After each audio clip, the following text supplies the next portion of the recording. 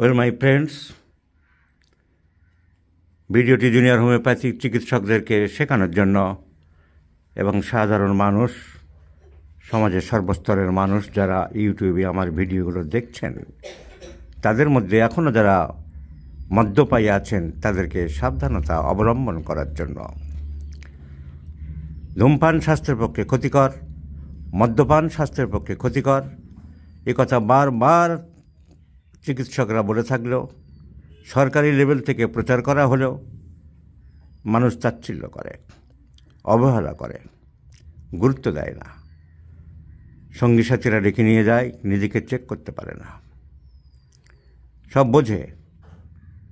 বুঝেও নিজের প্রতি নিজের কন্ট্রোল রাখতে পারে না। এক সামাজিক অপরাধ।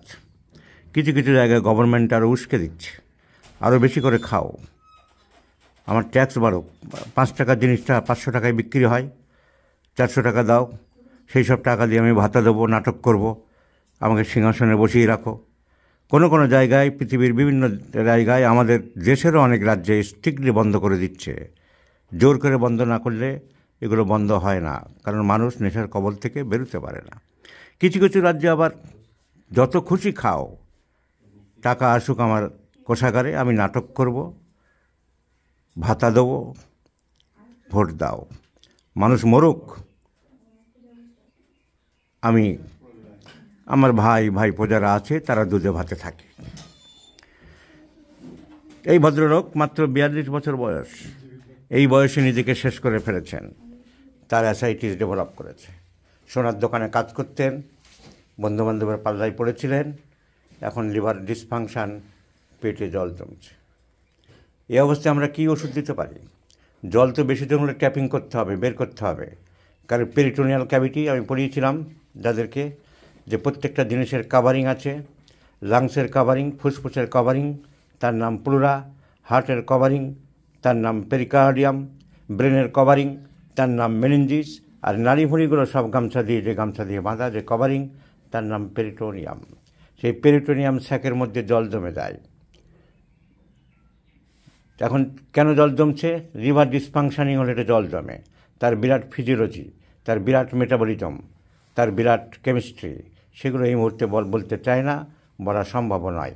এখন এই পেশেন্টের যে ক্যাচেক্সিয়া ডেভেলপ করেছে, শরীর ভেঙে পড়েছে, চোখ মুখ বসে গেছে, পেটে জল জমছে। এর জন্য আমাদের এখন ওষুধ, এই সব লেভেলের অ্যাসাইটিসের ক্ষেত্রে আমাদের প্যালিয়েটিভ ওষুধ এই মুহূর্তে, বা কনস্টিটিউশনাল যদি দিই, কয়েকটি ওষুধের কথা মাথায় আসে: অ্যাসিটিক অ্যাসিড, আর্সেনিক, অ্যাপোসাইনাম, এই সব ওষুধগুলো। ড্রপসি, পেট ফুলে যাওয়া, জল জমা, অ্যানাসার্কা বা পায়ে হাতে যদি পিপাসা না থাকে, with thirstlessness, the medicine is apis. With thirst দুটি important medicine, acetic acid and Apocynum.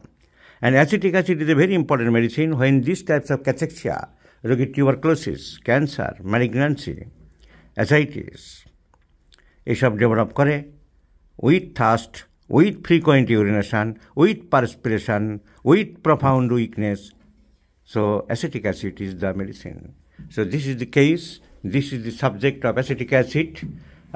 I do like to prescribe acetic acid 6 in few doses, and let's see the result. এই পরীক্ষা নিরীক্ষা সব হয়েছে, এখন দরজায় ঘুরে বেড়াচ্ছে। উনি বন্ধুবান্ধবের সাথে যখন সন্ধ্যাবেলায় আসরে বসতেন, তখন এগুলো মনে পড়েনি যে একদিন এই সর্বনাশ হবে, আমি এখানে ওখানে আর ঘুরে বেরিয়ে কোনো লাভ নেই। এখন আর ঘুরে বেরিয়ে কোনো লাভ হচ্ছে না। এখন দেখা যাক, মানুষ ভুল করে, আমরা এবং তাদের বাড়ির লোকদের তো চেষ্টার ত্রুটি থাকে না, বাঁচানোর জন্যে চেষ্টা করে যাক। So acetic acid 6 is the choice of medicine, my friends.